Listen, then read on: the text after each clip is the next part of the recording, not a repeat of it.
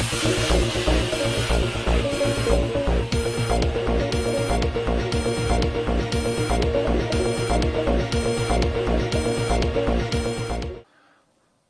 ጤና ይስጥልን የተከበራችሁ ተመልካቾቻችን ዜና መከላከያን ይዘን ቀርበናል።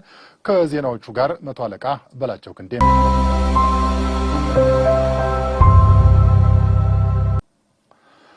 በውስብስብ የደህንነት ምህዳር ውስጥ የኢትዮጵያን ብሔራዊ ጥቅም የማረጋገጥ ስትራቴጂ እድልና ስጋት በሚል ርዕሰ ጉዳይ ላይ ያተኮረ የፓናል ውይይት በኢትዮጵያ መከላከያ ዩኒቨርሲቲና በዋር ኮሌጅ አዘጋጅነት ተካሄደም።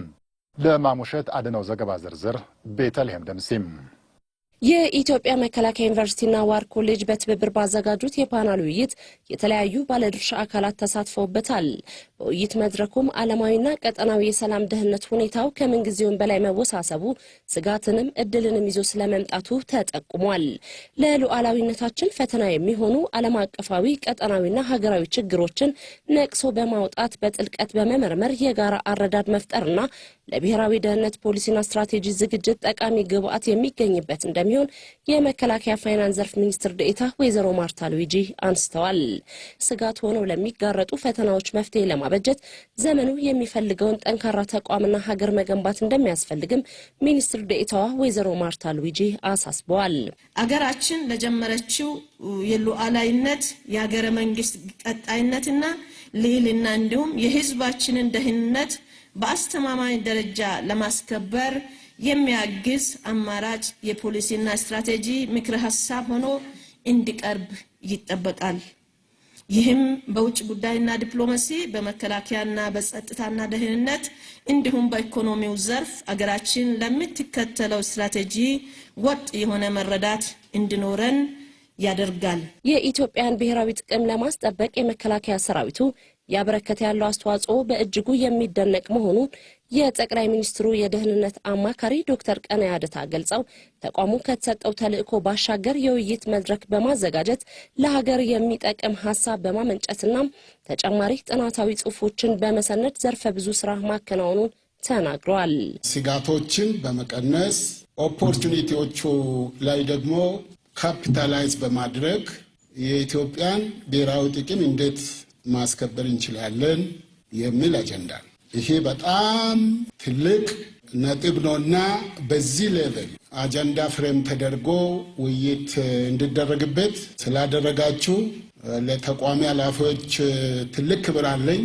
ይሄ ነገር አጠቃላይ ተቋማችን መከላከያ ተቋም ምን ያህል እያደገ እንደሆነ ክሊርሊ የሚያሳይ ምክክሩ ወቅቱን የዋጀና እንደ ተቋምም ሆነ እንደ ሀገር አቅምን የሚያሳድጉ ግብዓቶች እንደተገኙበት ተገልጿል። የዚህ የምክክር መድረክ ዓላማ በእነዚህ ውስብስብ የደህንነት አውዶች ውስጥ ኢትዮጵያ በአሁኑ ወቅት ያጋጠሟትንና ወደፊት ሊያጋጥሟት የሚችሉትን የብሔራዊ ደህንነት ተጨባጭ ፈተናዎች እንዲሁም ስጋቶችና እድሎችን በጥልቀት ለመመርመርና ብሔራዊ ደህንነቷን በአስተማማኝ ደረጃ ለማረጋገጥ የሚያስችል የፖሊሲና ስትራቴጂ ምክረ ሐሳብ የሚያመነጭ ምክክር ለማድረግ ታስቦ የተዘጋጀ መድረክ ነው። የኢትዮጵያን ብሔራዊ ጥቅም ውስብስብ በሆነ ደህንነት አካባቢ ማረጋገጥ ሁሉን አቀፍና የተቀናጀ ስትራቴጂ ይጠይቃል። ውስጣዊ ተግዳሮቶችን በመፍታት የተለያዩ ስጋቶችን በመቀነስና ስትራቴጂካዊ እድሎቹን መጠቀም ኢትዮጵያ በአፍሪካ ቀንድ ውስጥ የተረጋጋና ተደማጭነት ያላት ተዋናይ ሆና አቅሟን ማጠናከር ትችላለች። ለሀገር ወደፊት የምንሄደው መንገድ ወታደራዊ አቅምን ብቻ ሳይሆን የፖለቲካ ብቃት አካታችነትን፣ የኢኮኖሚ ልማትና ቀጠናዊ ትብብርን ይጠይቃል።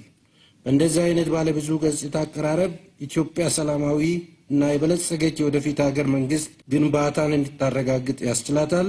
በዲፌንስ ዩኒቨርሲቲና በዋር ኮሌጅ አዘጋጅነት ስለሆነ እዚህ የተገኘ ነው። ለአዘጋጆቹም ለተሳታፊዎችም ለአቅራቢዎችም ከሁሉም በላይ ጊዜያቸውን ሰውተው ተዘጋጅተው እንደዚህ አይነት ውይይት እንዲኖረን ስላደረጉ እና እንደለተዋዋይ መጠን ማመስገን እንወዳለሁ። የኢትዮጵያ መከላከያ ዩኒቨርሲቲና ዋር ኮሌጅ በጋራ ትብብር ባዘጋጁት በዚሁ የውይይት መድረክ ላይ ከፍተኛ የመንግስት የሥራ ኃላፊዎችን ጨምሮ ጀነራል መኮንኖች፣ ምሁራንና ባለድርሻ አካላት ተገኝተው ሰፊ ምክክር የተካሄደ ሲሆን በቀጣይም ይህንን መሰል መድረክ ተጠናክሮ እንደሚቀጥል ተመላክቷል። የሜጀር ጀነራል ሙሉጌታ ቡሊ ቴክኒክ ኮሌጅ ያሰለጠናቸውን የደረጃ 5 የረጅምና አጭር ኮርስ ተማሪዎች አስመረቀም። ዘገባው የኃይለ ማርያም ተሾመ ነው። ልደታ አስረስ ታቀርበዋለች።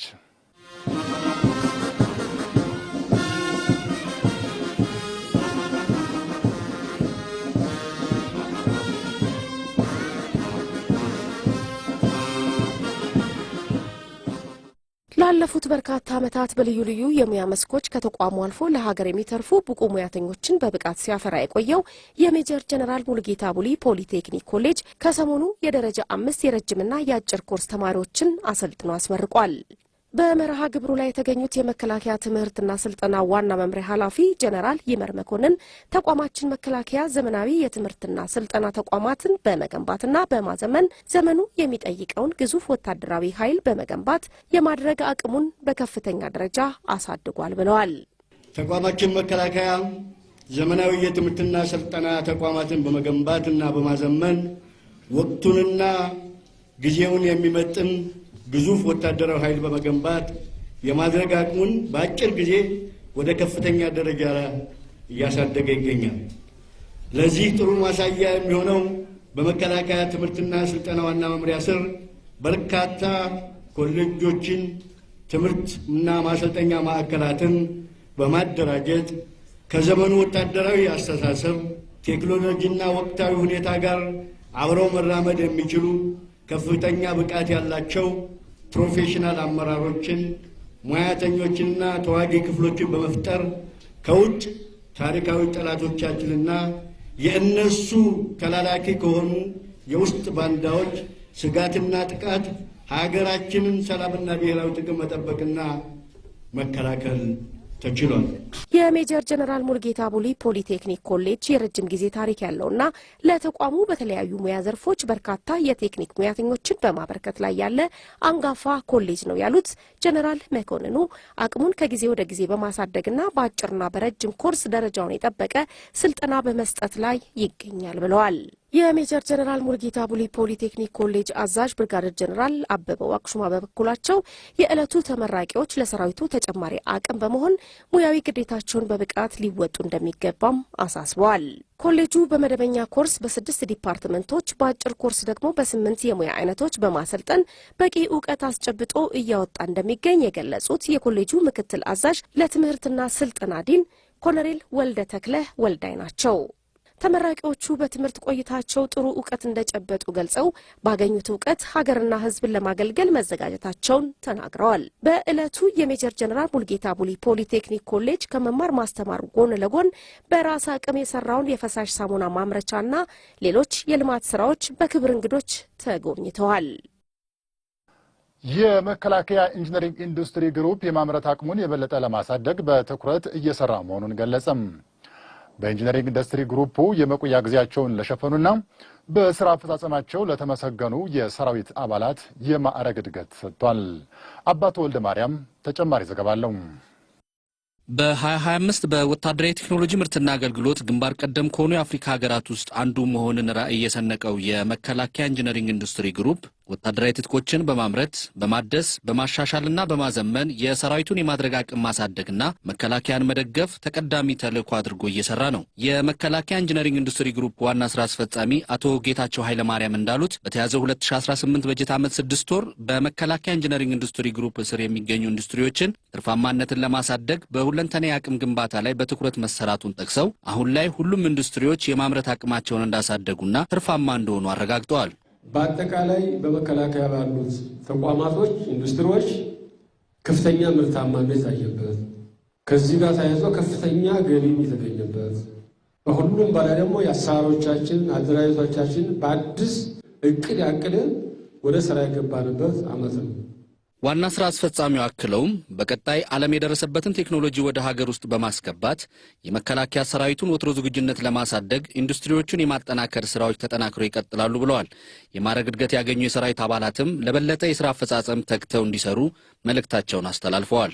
የማሽን አቅም እየገነባን፣ የሰው ኃይል አቅም እየገነባን፣ የማስፈጸም አቅም እየገነባን ደግሞ ከሁሉም በላይ የህይወት መስዋዕትን የሚከፍለው የጀግናው ሰራዊታችን አባላት አካል የሆናችሁ ደግሞ ለሁሉም ማሪያ ለመሆን ይህንን የተሰጣችሁን ማዕረግ እድገት ኃላፊነት ለዚህ ለበለጠ ስራ እንደምታውሉት ምንም ጥርጥር የለኝም። የኢንዱስትሪ ግሩፑ ምክትል ዋና ስራ አስፈጻሚ ሀብት አስተዳደር ዘርፍ ብርጋዴር ጀነራል ዮሐንስ ቲኬሳ በበኩላቸው ተሿሚዎች የተቋሙን የማዕረግ እድገት መመዘኛ መስፈርት ያሟሉና በስራ አፈጻጸማቸውና ስነ ምግባራቸው የተመሰገኑ እንደሆኑ ተናግረዋል። ላለፉት ጊዜያት እንደ መከላከያ ሰራዊት አባላትና እንደ ግሩፑ የተሰጣችሁን ተልዕኮ በብቃት በመፈጸምና ጥብቅ የሆነውን ወታደራዊ ዲስፕሊን መስፈርት አሟልታችሁ ተመዝናችሁ እዚህ የደረሳችሁ ስለሆነ ከሁሉም በላይ እንኳን ደስ አላችሁ ማለት ፈልጋለሁ።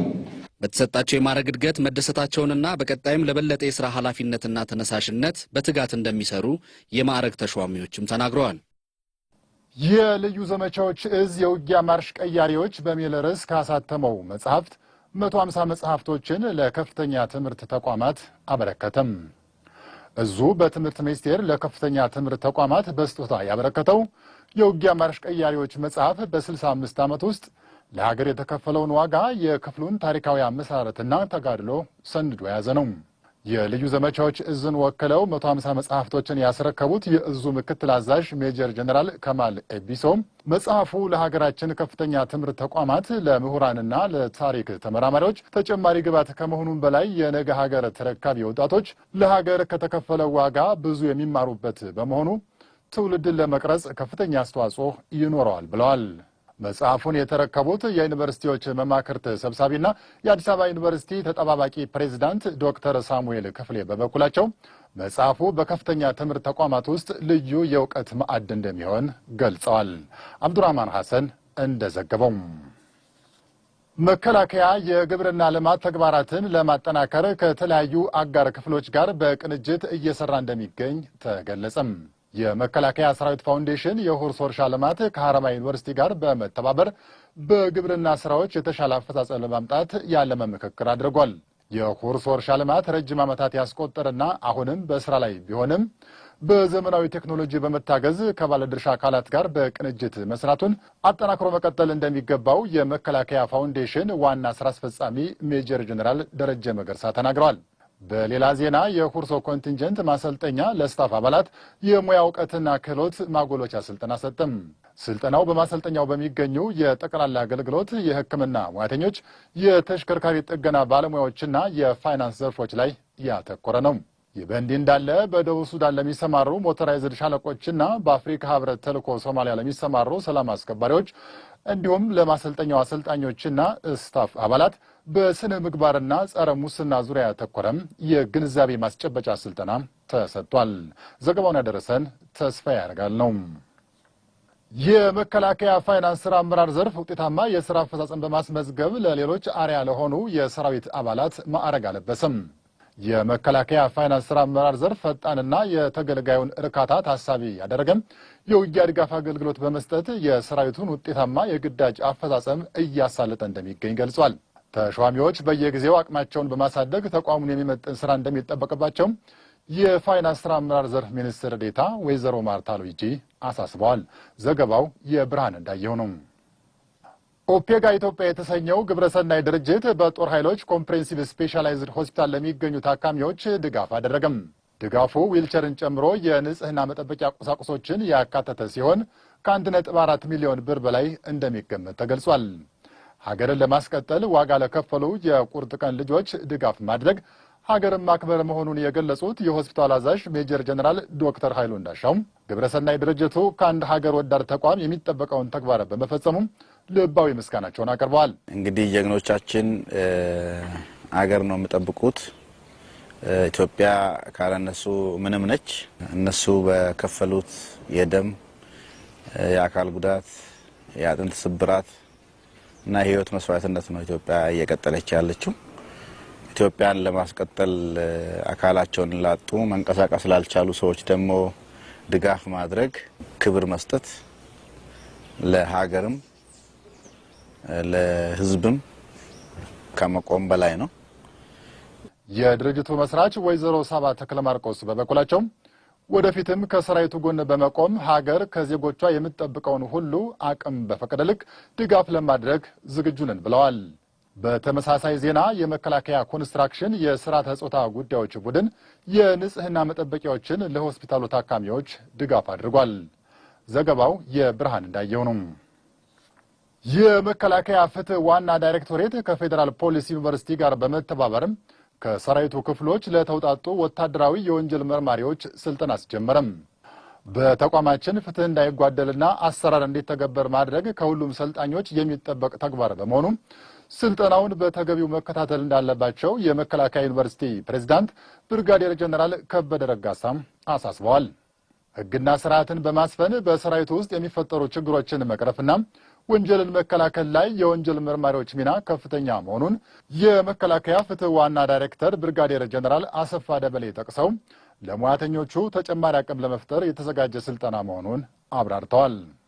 የፖሊስ ዩኒቨርሲቲ በረጅም ኮርስ ከሚያሰለጥናቸው የሰራዊቱ ሕግ ባለሙያዎች በተጨማሪ በተለያየ ጊዜ ስልጠና መስጠታቸውን በማስታወስ አሁንም ከክፍሎች ለመጡት የወንጀል መርማሪዎች በቂ ስልጠና ለመስጠት ዝግጅት መደረጉን የፖሊስ ዩኒቨርሲቲ ምክትል ፕሬዝዳንት ምክትል ኮሚሽነር ደረጃ አስፋው ተናግረዋል። ዘገባው የሜሮን ጌታነህ ነው። የኢትዮጵያ መከላከያ ሰራዊት ሙዚየም ለቀጣይ ትውልድ ታሪክን ለማውረስ ጉልህ አስተዋጽኦ እንዳለው ተጠቆመም። በመከላከያ መሐንዲስ ዋና መምሪያ የኮንስትራክሽን መምሪያም የሙዚየሙን ግንባታ በአጭር ጊዜ ውስጥ በመገንባት በተለያዩ ቦታዎች ያሉ ቅርሶች ወጥ በሆነ ቦታ ተቀምጠው እንዲጎበኙ ማድረግ መቻሉን የሙዚየሙ ፕሮጀክት አስተባባሪ ሌተናል ኮሎኔል አዱኛ ስብሐት ተናግረዋል። የመከላከያ ሰራዊቱ አኩሪ ታሪክ ተሰንዶ ከትውልድ ወደ ትውልድ እንዲተላለፍና በየቦታው የሚገኙ ወታደራዊ ቅርሶችን አንድ ላይ አስቀምጦ ለማስጎብኘት ምቹ ሁኔታን መፍጠሩ ተመላክቷል። ይህ በእንዲህ እንዳለ ከመከላከያ ልዩ ልዩ ክፍሎች የተውጣጡ ጀግና ሴት የሰራዊት አባላትም የኢትዮጵያ ሰራዊት ሙዚየምን ጎብኝተዋል። ጀግና ሴት የሰራዊት አባላት በመከላከያ ሴቶችና ማህበራዊ ጉዳይ ዳይሬክቶሬት አስተባባሪነት የመከላከያ ወታደራዊ ሙዚየምን፣ ብሔራዊ ቤተ መንግስትንና አንድነት ፓርክን ጎብኝተዋል። ጎብኚዎቹ ሀገራችን የደረሰችበትን እድገትና ልማት ተዘዋውረው በማየታቸው ደስተኛ መሆናቸውን በመግለጽ ወደፊት የበለጠ ለመስራት እንደሚያነሳሳቸው ተናግረዋል። ዘገባው የካሳ ወርቁና የብርሃን እንዳየው ነው። ማዕከላዊ እዝ በጋሞ ዞን በመሬት መንሸራተት አደጋ ለተጎዱ ወገኖች ድጋፍ አደረገም። እዙ በጋሞ ዞን በተለያዩ ወረዳዎች በመሬት መንሸራተት አደጋ ለተጎዱ ወገኖች 100 ኩንታል እህል ነው ድጋፍ ያደረገው። መከላከያ ሰራዊታችን በችግር ጊዜ ህብረተሰቡን የመታደግና የመደገፍ ልምድ እንዳለው የማዕከላዊ እዝ አዛዥ ጽሕፈት ቤት ኃላፊ ኮሎኔል ታየ ተክሌ አስታውሰው በተከሰተው አደጋ በእዙ ስም የተሰማቸውን ጥልቅ ሐዘን ገልጸዋል። በምክትል ርዕሰ መስተዳድር ማዕረግ የደቡብ ኢትዮጵያ ክልል ግብርና ቢሮ ኃላፊ ዶክተር መሪሁን ፍቅሩ እንደተናገሩት ዳሎል ማዕከላዊ እዝ ያደረገው ህዝባዊ ድጋፍ የሰራዊቱን የህዝብ አለኝታነት በተግባር ያስመሰከረ ነው። ከማዕከላዊ እዝና ከተለያዩ አካላት የተደረጉ ድጋፎችን የተረከቡት የጋሞ ዞን ዋና አስተዳዳሪ ዶክተር ደምስ አድማሱ በበኩላቸው የእዙ አባላትና አመራሮች ተጎጂዎችን ለማጽናናትና አለኝታነታቸውን ለመግለጽ ላደረጉት ድጋፍ ምስጋናቸውን አቅርበዋል። ዘገባው የእንግዳው ታደሰ ነው። የብር ሸለቆ መሰረታዊ ውትድርና ማሰልጠኛ በጥምር ግብርና ዘርፍ ውጤት እያስመዘገበ መሆኑ ተገለጸም። ማሰልጠኛው ለበርካታ ዓመታት የሀገር ኩራት የሆኑ ምልምል ወታደሮችን በማሰልጠን ታላቅ ስም ያለው ሲሆን ከመደበኛ ተልዕኮው ባሻገር በግብርናው ዘርፍ በትኩረት እየሰራ ይገኛል። ከዓመታት በፊት በ1.5 ሄክታር መሬት ላይ በበጋ መስኖ የተጀመረው የግብርና ልማት አሁን ላይ ወደ 27 ሄክታር ማስፋት መቻሉን የማሰልጠኛው ጥምር ግብርና ኃላፊ ሻለቃ ሀብቱ ገብረስላሴ ተናግረዋል። ወታደራዊ ማሰልጠኛው በጥምር ግብርና ልማቱ አትክልትና ፍራፍሬን ጨምሮ በእንስሳት እርባታ ትልቅ ውጤት የተመዘገበ ሲሆን ገበያን በማረጋጋትና ለአካባቢው ወጣቶች የሥራ ዕድል በመፍጠር ረገድም የጎላ አስተዋጽኦ እያበረከተ እንደሚገኝ ሪፖርተራችን አረቡ ሰይድ ዘግቧል።